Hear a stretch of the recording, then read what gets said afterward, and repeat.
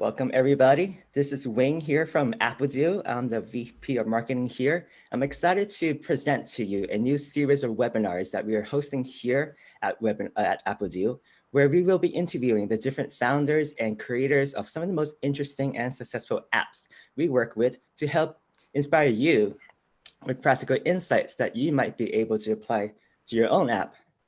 So for those of you who are new to Appodeal, let me just give you a little intro.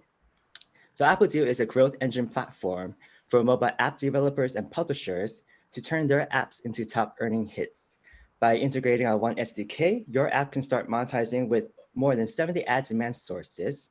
And in the month, we're very excited to be launching Appodeal 2.0, which features our new app intelligence platform.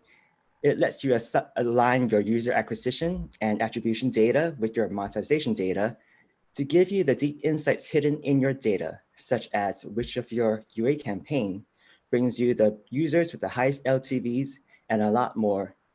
You can visit appodeal.com to learn more and to sign up for beta access. And today, I'm very excited to have Kamil here with me, who is the Chief Revenue Officer and co-founder at Listonic. Listonic is a popular shopping list app with over 1.5 million monthly average users in over 50 countries. Hundreds of millions of products are bought with Listonic every month, such as food, drink, personal hygiene products, and everything, basically. So today, Kamil and I will be discussing how to build a successful shopping list app from scratch, to manage this data, and how to turn it into a top earning hit. So welcome to the webinar, Kamil. So why don't we start off by, why don't you share how you got the inspiration to start developing a shopping app? Okay, hi everyone. So Listonic is a grocery shopping list application. People use it as a piece of, like they would use a piece of paper to note what they want to buy. So the use case is really simple, really basic. You just type in what you want to buy, which is usually foods and drinks like bread, milk, orange juice, things like that. And that's how it works. So what inspired you to create a shopping list app, Listonic? Oh, that's a question that like makes me come 11 years since now, long time ago. So the company was founded by three founders, friends actually from university. We studied computer science, and we had the opportunity to go to another country to study abroad for a year. And being friends, we decided to rent a house and live together. So 3 guys in a house, it was fun. And we cooked for ourselves together, and we did shopping together. And being future computer scientists, being geeks, nerds, we used and being forced by life to plan shopping, we used pieces of paper to write down what we want to buy. So and it seemed for us really strange that in times when there are PCs, smartphones weren't there, but we had phones that had internet there. Things could synchronize. We still had to type in or note things on the pieces of paper, and we sometimes lost them, and they got teared apart, and we didn't remember about them. So we felt that it should be on our phone. The shopping list should be on the phone, but it wasn't. But we didn't do much about it. It was just a feeling like it should work like that, but it didn't, and we didn't do anything about it. But when we... give me a second. Guciu, jestem publicznie do 100 osób. Mówi, nie idę. Do widzenia. Sorry, my son. Today alone with kids. So yeah, we felt like shopping list. It came from us, from our needs. So the idea is from our needs. So then we came back home, and we had one last year of studies to do, and we had a project to do. And we could choose from one of the topics that they gave us, or do something that we wanted to do. And we wanted to do the shopping list, and we did. And that's the start. Nice. Wow. So it turned from like a school project into something. Yeah, that's You can it. expect Like today. it started at the university, but we really liked it. We just liked it, and we felt like it could be a business for us. Like there wasn't iPhones there. It was 2007 or something like that. There wasn't smartphones weren't known. So it was too early, but we liked the idea that the shopping list should be on the phone. And from the business side, we liked that the idea that there's an app that knows what people want to buy. So there's an opportunity to, show the ad there. Like no better place and no better time to advertise pasta to people than when they want to buy pasta. And it was that simple. Mm. So tell us more about that. So you guys created this project and you released it, right? So like, what was it like to launch into the world and waiting for your first users, and what was that experience like? Oh, like it's an entrepreneurial story. It's longer than that because after the studies we somehow had it working, but it took us a very long time to launch it. It like seems simple, a list that synchronizes between phones and that's it. But it wasn't that simple, and but we had luck. We were working on it, and we started a company. It wasn't that much about Listonic. Like we wanted to do Listonic, and it was 33% of our time. It was Listonic, and 66 was doing projects for other companies. So a little software house, but a very little one. And Listonic as the project that we would like to really do. And we worked like that for a couple of months. And after that, we managed, by strict luck, to get a VC fund to invest in us. So in 2008, one day before Christmas, we signed an investment agreement with our venture capital company. And that's when it started for real. Then we started to work 100% of our time on Listonic. We hired first people to work with us on this exact project. And we launched probably in 2009, somewhere in 2009. Oh, that's very the story. interesting. Nice. So like after you guys spent more time, full-time working on it, what was the first thing you focused on? Was it finding product market fit? And maybe you can expand on that. Yeah, sure. So we started with product market fit, and I'm not sure if we identified it well, but there was a moment in time where we thought like, okay, it works. Like people want to use it. Then our managers from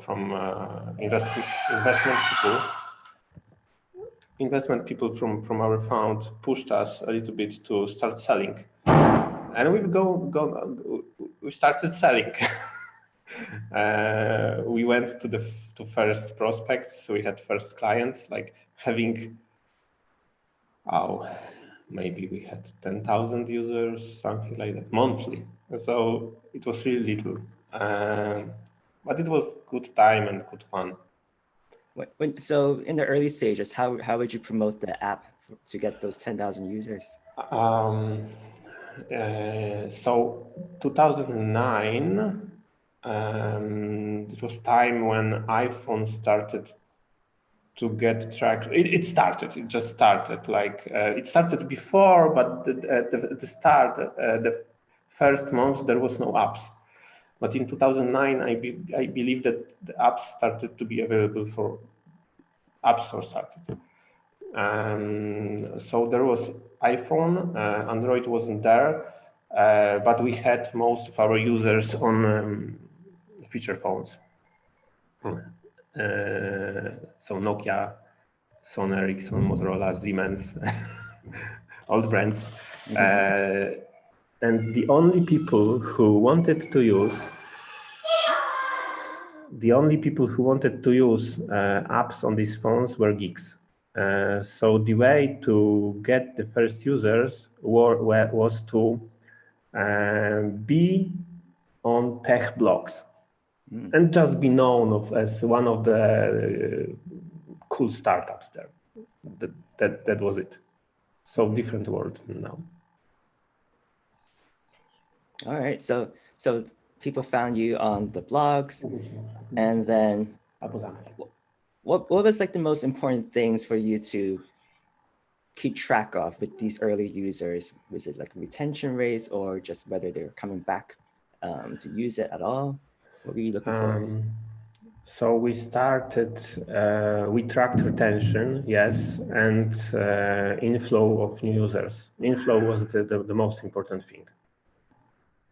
Getting new users and retention, that was the key factors. Like the analytics there was that, robust as we have now.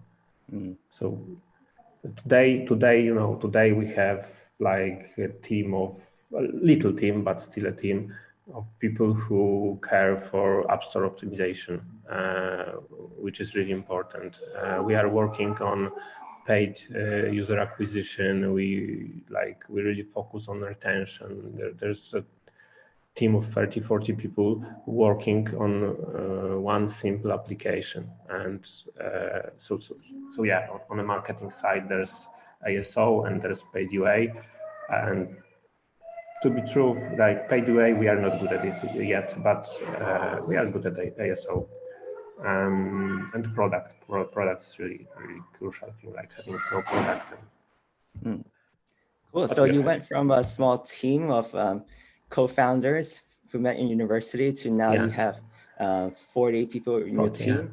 So like looking back at those 10 years, what as a business founder, what would you say would be some of like the challenges that you weren't expecting that you overcome that maybe you can share with others? The challenges. So for a long time, we were known, and our application was used only here in Central Europe, in Poland, and it was tough for us to promote the app to outside world. Like we had 3 tries. It was really like we put a lot of money in it, we put in a lot of energy, and we failed 2 times. But then there was the third time, and it skyrocketed. Oh, it was great. That's great. What did you do differently the third time? Could you repeat, please? What did you do differently the third time around? The third time, we've put a lot of work and energy to do good translations. Like when I say it right now, it seems simple, but doing good translations to 40 languages, it's not about getting a translation agency and translate. It doesn't work like that. If you do it with an agency, you probably get mediocre translations. You have to work with native people, and it would be even better if this is people who use your product, who know it good. So translations and App Store optimization. And you have to do the optimization, like we had to do it really good. Like it's a tough job. There's not a lot of the knowledge is not out there. It's not public. You have to test things for yourself. You have to talk with people who have who just do it with big brands. That was our take on it, and we did, and we still do A/B testing. So localization is key. So yeah, let's talk more about that. So after you translated the app, I'm assuming English was the first language that you localized it to. So after you had it in English, how did you promote it in the English-speaking world, and what was some user acquisition channels that worked best for that? Could you repeat it? When you were launching the English version of the app, what were some of the more successful user acquisition channels to promote it? And for us, it was App Store optimization. It was just like that. I know that the world now changed, and ISO cannot be the first one, but it was, for us, it was 5 or 4 years ago. Mm-hmm. I'm assuming at that time there you had competitors in the App Store already, right? For the English-speaking market. Sorry, I have to have 2 seconds. Sure. Yeah. To make it I understand. Yeah. No. Little coffee break.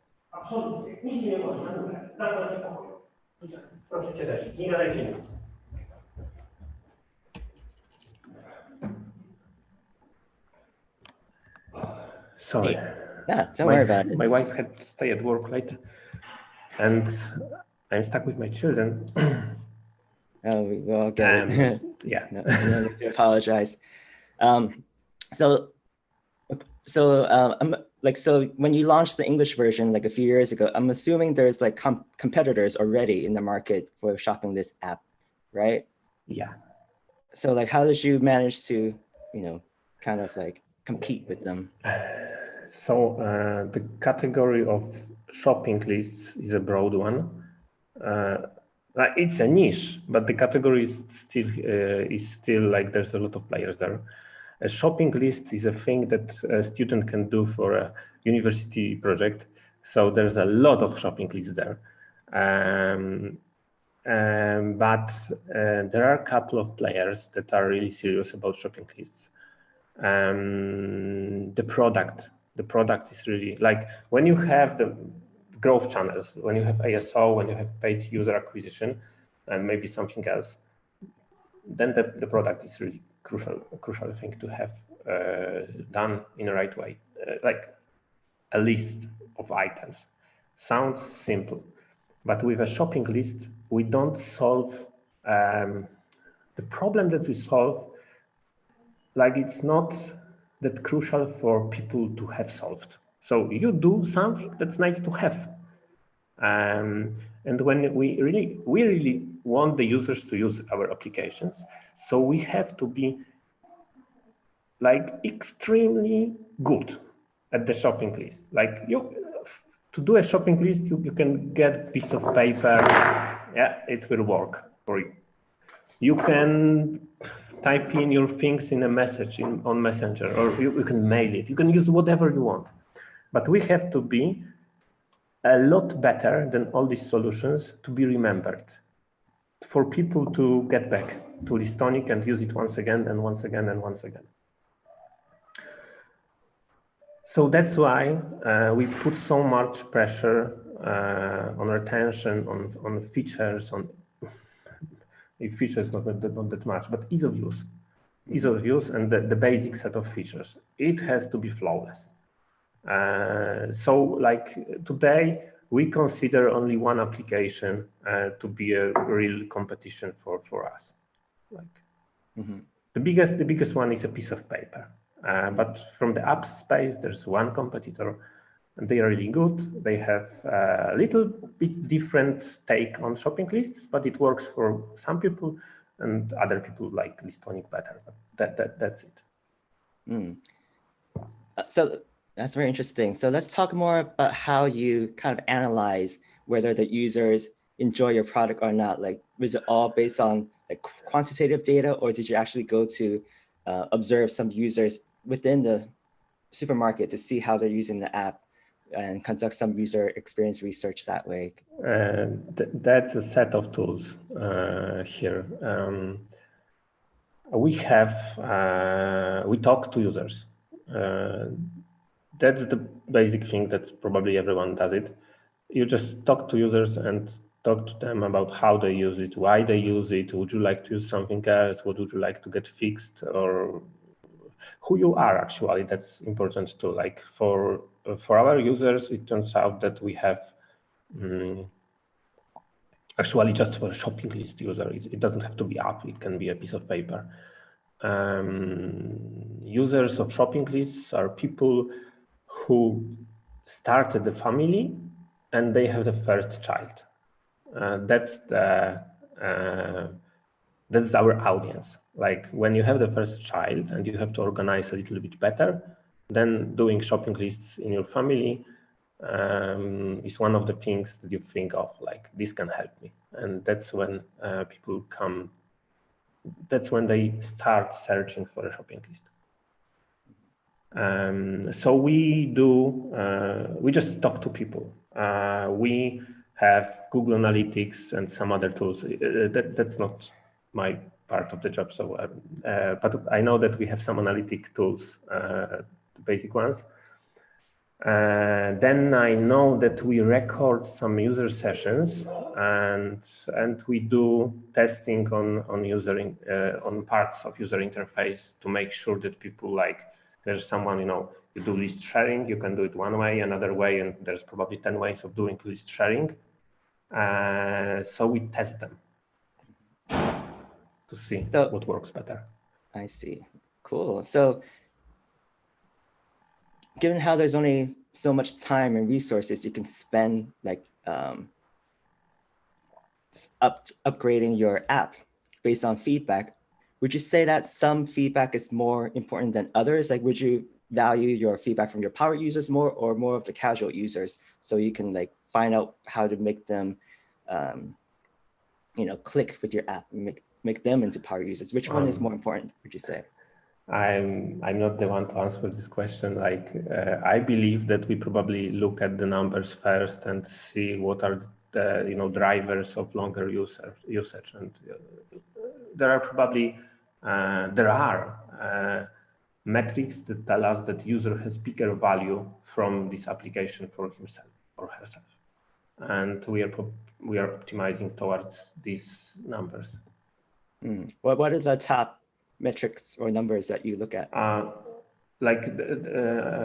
know that number of people who share the list. Sharing the list is important in our business. Like when there's a family and they start sharing the list between a husband and wife, then this is like the important factor that can tell us that this family is gonna stay with Listonic for longer. Interesting. How did you find that insight? Was it by accident or? It's with us for so long that I don't know how it came to be. Like it just is like that. That's a very interesting way of approaching it, because I'm assuming once they share the list, then you get not just one new user but two new users, and it kind of turns in a viral loop, right? Yeah, that works like that. Like we have more users, and the tough thing is when you have a family, then you are probably somehow different. The two persons that make a family, that like wife and husband or partners, they are different. One of them is more technically forward, like knows how to use apps, phones, and things like that. Another one, not always. So when we have these partners, and then when the technically savvy guy or girl can teach the other one how to use it, then they stay with the application. Like that's the milestone. Very interesting. So given how this year is unlike any other year with the lockdowns and everything, have you noticed any interesting behavior differences this year with your app? Are people shopping less, or are they more mindful of their trips and using it even more? So we are in a business of food. People have to eat. They don't have to plan shopping, but they have to eat. And like, I'm not happy about coronavirus, but we see uplift in usage of our application. Like when it started in Europe, it started in like the worst situation at the start was in Italy. So when it started for good in Italy, we saw in our metrics then all these big like Milano, Roma, all these biggest Italian cities, they had uplift in usage, not only in users, but also in shopping list size, all the metrics. Like in Italy went up the roof because people realized that the time when they could just go to the shop whenever they want and buy something, and even if they forgot about something, nothing happens really.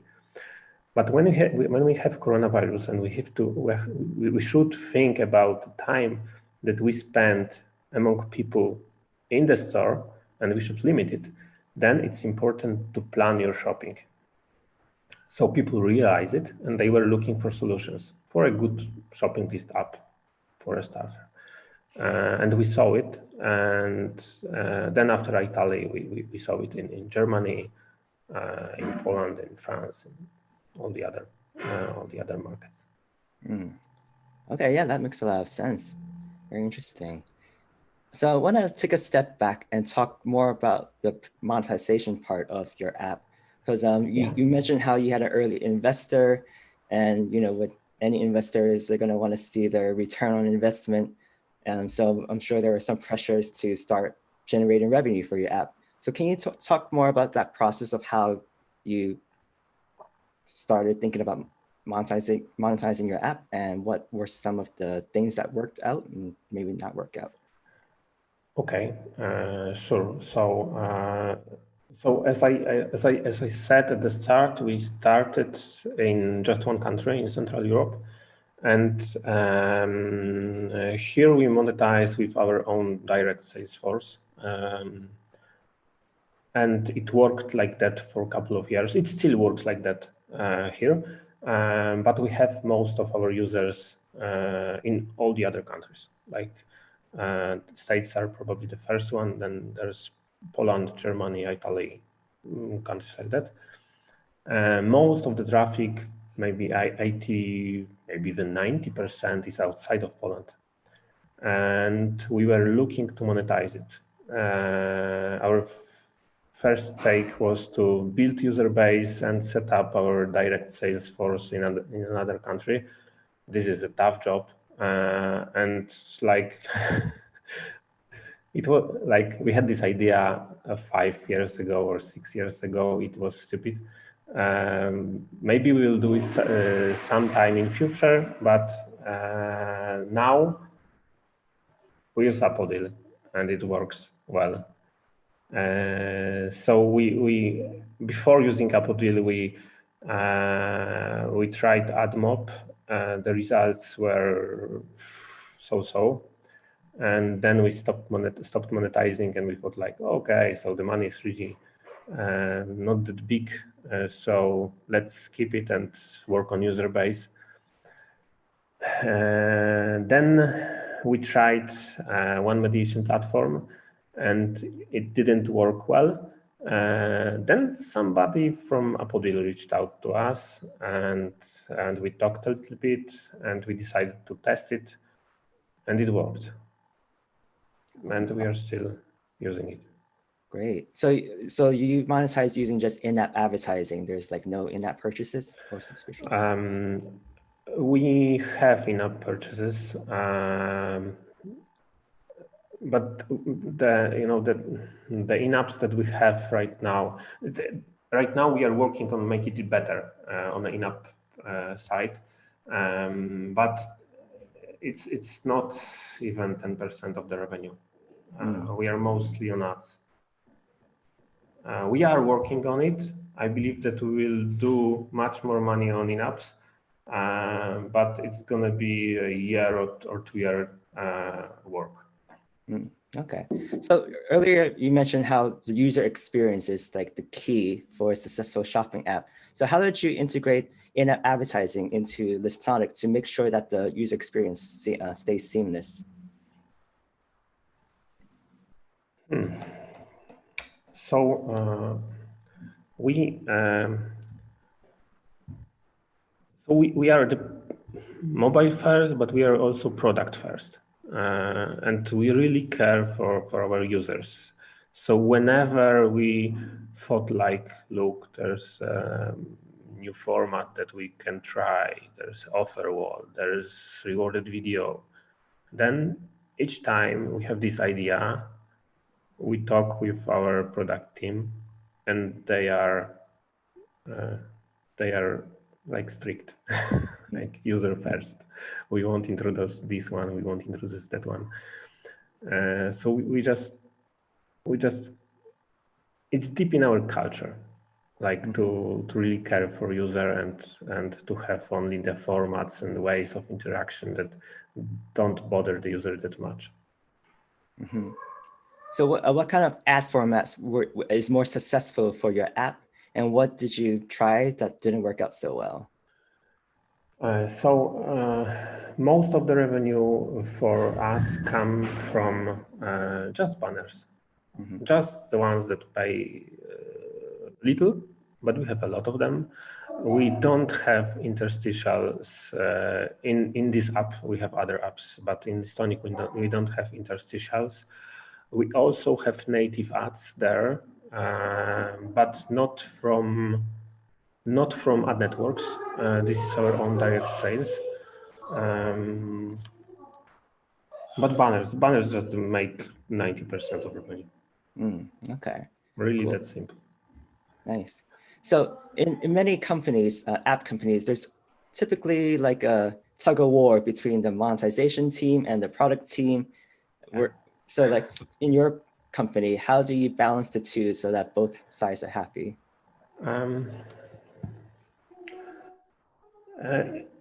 It's not that hard because the company, we are not that big, and most of the people work with Listonic in Listonic for a long time. It's really in our culture. Like nobody will come and say like, let's serve, like we have a user for 30 seconds, so let's serve 2 interstitials there. Like you can do it. You can do it, but it's going to be the last session of the user. And we really like feel like the only thing that we have is the user there. Like it's our goal. So, and it's not that only product people know about it. Like in sales, we also, like I'm from sales. In sales, we also think about the user. Like we have questions from media agencies. Let's do something crazy there, but sometimes we don't even go to product people. Like it's obvious that we shouldn't do it. So for other app developers thinking of monetizing their apps successfully, what kind of advice would you give them? To monetize well.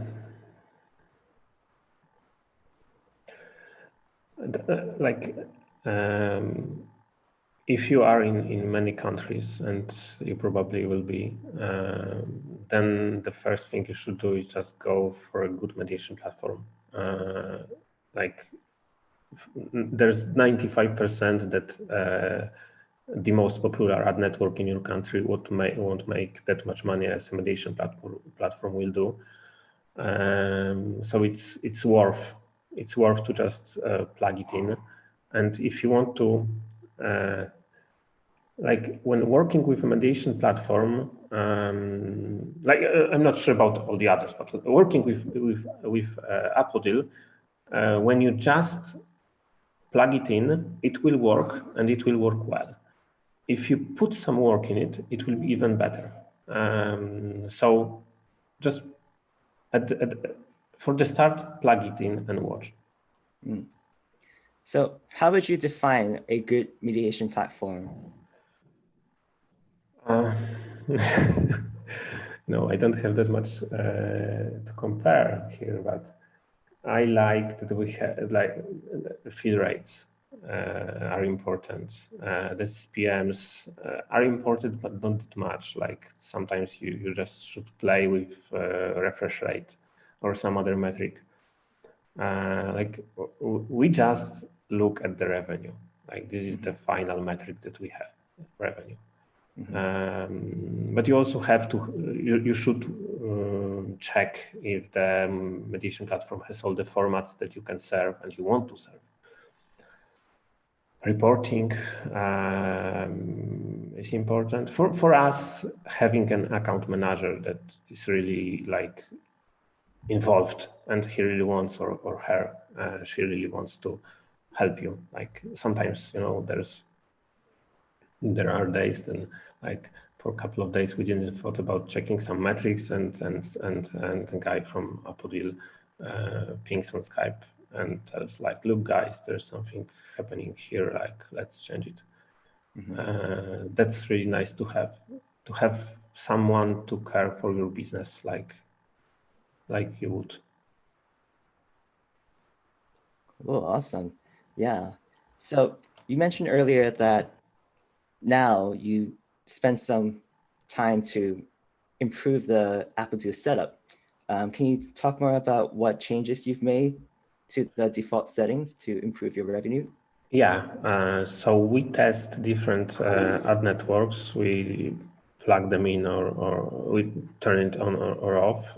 We play with refresh rate, like we've A/B tested a couple of settings on refresh rate, and this made us probably 30% uplift in revenue, like having the right refresh rate. We can also play with different set of ad networks per each country. It can make difference too. For us, like having right now, for example, we gather GDPR consents, but we don't have the right SDKs in our app to read these consents. So it's stupid on our side. We should have had it before, but we didn't. So we are changing it, and we know that it will bring us another 13% uplift.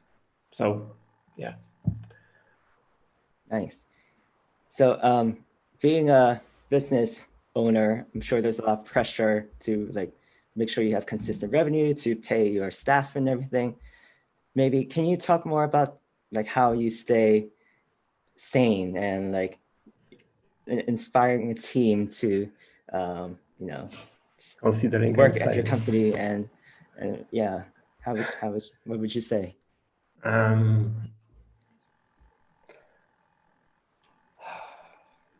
You know what? I'm a family guy. I just like to spend time with my family, play with kids. Like today, they are tough on me, but usually it's really like I wind down here at home. I read a lot. Actually, I listen to audiobooks. That helps also, and I like to just go for a walk. That's it. Nothing special. I don't do meditation. Yeah. Highly recommend it. But what's that one audiobook you listened to during the lockdown that really inspired you or changed the way you thought? Charles G. Koch, Good Profit. The book is about one of the types, like his own type of management theory, philosophy. For me, it was mostly about the thing that profit, if you make profit and if you make it in a right way, that the money that you earned is kind of represents the good that you make for the world. Like besides all the teachings that he made in the book, like this is the most important thing that I got from this book. Like, don't be shy about the money that you do. This is the amount of good that you introduce to the world. What was the name of the book again?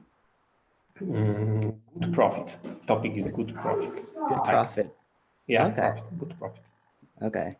Yeah, so for you, after hearing that, it gave your app like a deeper sense of purpose for you, I imagine, right? Oh yeah, we are like, this is my personal view, and this is the view that is shared among team members here at Listonic. That we want to do apps that bring some good to our users, to the lives of users. Like, that's why we do shopping list, that helps to manage shopping. I know that's a basic thing, and I know that's not changing the world to better place. Well, maybe a little bit. We also have a pregnancy tracking app, which helps young mothers to stay calmer, to know more about the child, about her body, and just be less stressed. And I know that it works for women, so I'm happy about it. We also have a water drinking reminder application. This is to remind, this is for people who are on diets usually, to keep track of water intake. Mm-hmm. Hydration. Yeah, this is simple things. I know that it's really simple, and it's not that that we have some mission there, but still I feel good about it. Like, that we don't do apps that like force you to use it, otherwise you feel bad about something. We don't play on emotions. That's a common thing at our company. Oh, that's very great to hear. So was this new mindset like new that you guys incorporate into your company culture, or did it just naturally develop on its own? It was just like that. It was always here. Mm-hmm. And you mentioned that you guys are launching new apps with this new, with these set of values that you just mentioned. So having one successful apps Listonic already, what were some of the challenges, I would say, did you encounter with launching these other new apps? Like, being a company of one product, when you want to have more products, it turns out that all the processes that you have set up and working work only for this one app, and they are not that easy to make it work for apps more. You have like, we expanded, like, we have more people now, but we had to change processes inside. We had some things that could work only for one application, because like there's one guy who does something, and it wasn't easy to scale this one guy to more. But it wasn't that hard. It wasn't that hard. It just was took us some time, took us money, but I believe that all the other apps, at least some of them, will they are getting traction, and I believe that they will be profitable. Mm. When launching those other new apps, would you say that having a big user existing base was something that was useful? Like, could you easily cross-promote the apps to them, or did you have to find new sets of users because they're so different? It didn't. Just the user base didn't give us that much. Know-how was important. Because like, we have a shopping list app, users from shopping list don't translate that easy to water drinking reminder users or to pregnancy tracker users.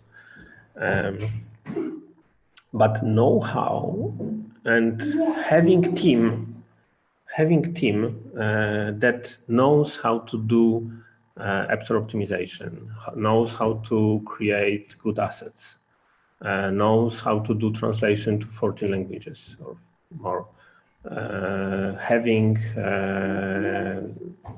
processes around support, all this know-how. This was important. Like, if I had to launch a new company knowing nothing about how app publishing business works, I would do so much errors. Know-how is really important. Mm. Yeah, so you have the processes ready and you know what not to do and what to do, more or less. So that's good. Yeah. So maybe know what to expect, that when you launch it won't get to 1 million users just like that. Yeah. So do you follow like a typical formula? So like, okay, we have this new app. So the first 3 months we'll do X, Y, and Z, and then the next 3 months we'll do this other. At the start it is like that. Then it complicates usually, but the first steps that you have to take, they are easy. Yeah. Can you tell us more about the steps that you take now? Yeah. You like we start with Excel or Google spreadsheet, and we do analysis on market analysis, which takes a lot of time because we usually take a look at all the market categories that are out there, and we check how many downloads players do. Are the players strong or not? Do these apps earn or on in-app purchases or ads? So we take a look at all these metrics. Then we decide, is this category good for us? Will we bring some value there? Are we able to do something good in this category? And if we are, then there's a decision like, let's do up in this category. That's how we started pregnancy tracker, for example. Mm-hmm.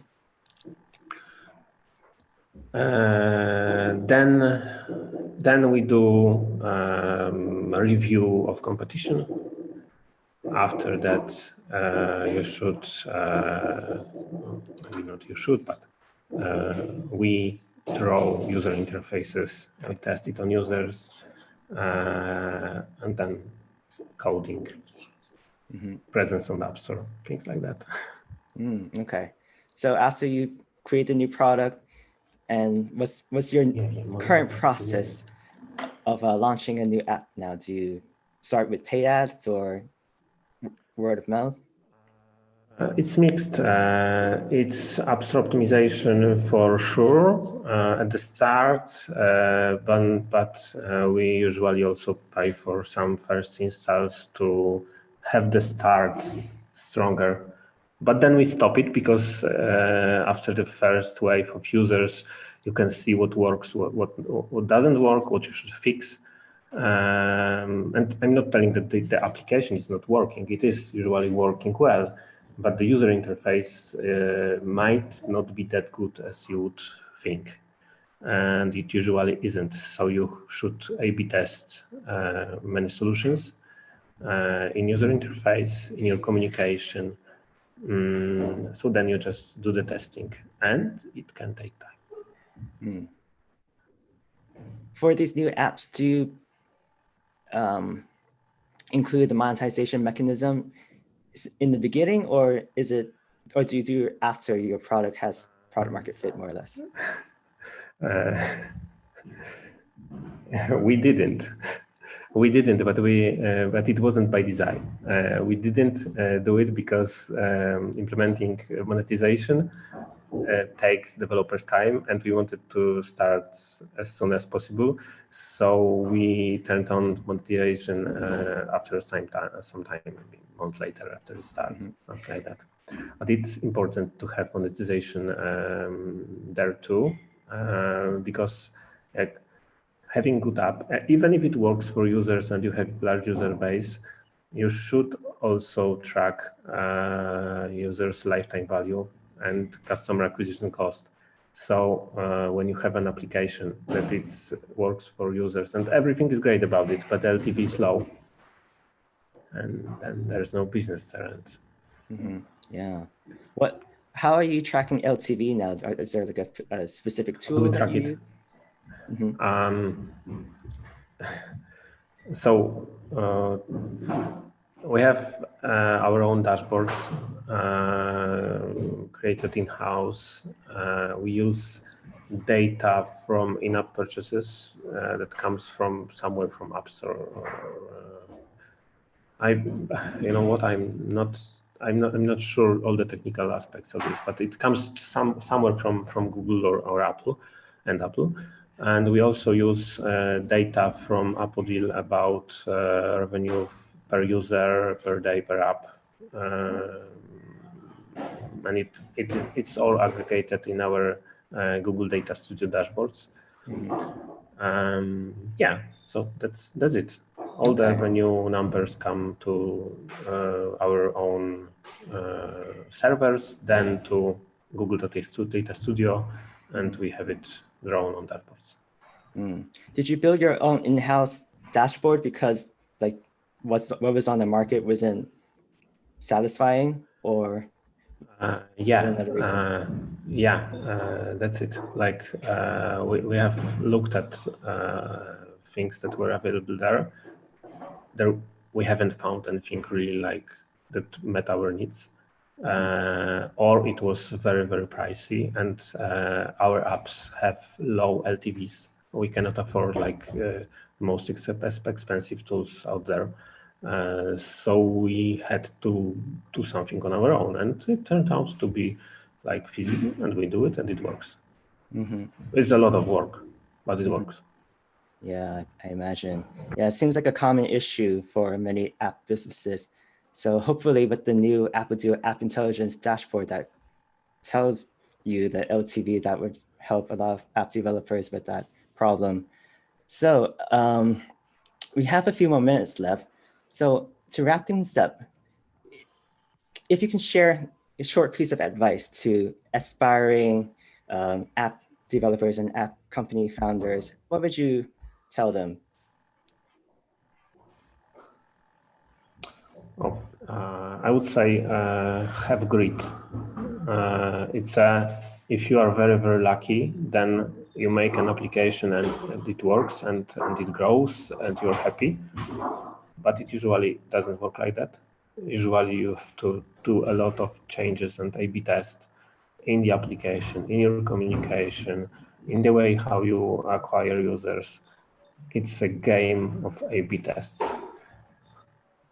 Okay, great. And lastly, what would you like our viewers to do? Do you want them to check out your app or visit your website? What would you like them to do? I would really love everyone to use a shopping list, but it won't matter if I ask for it. I believe like a shopping list is a niche.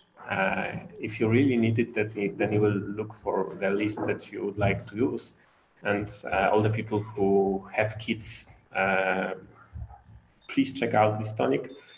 But it's almost not possible to make someone who is single, for example, to use a shopping list. People just don't need it.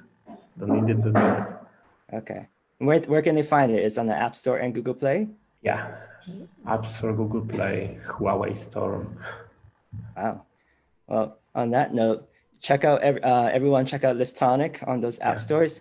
And thank you so much, Kamil, for your time. I'm Kamil, sorry. This was very insightful. I hope it's very useful for you watching.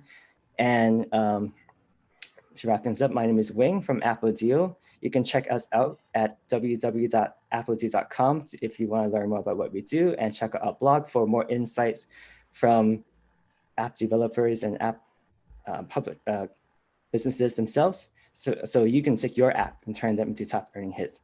So thank you for watching and hope you have a great day. Bye-bye. Thanks.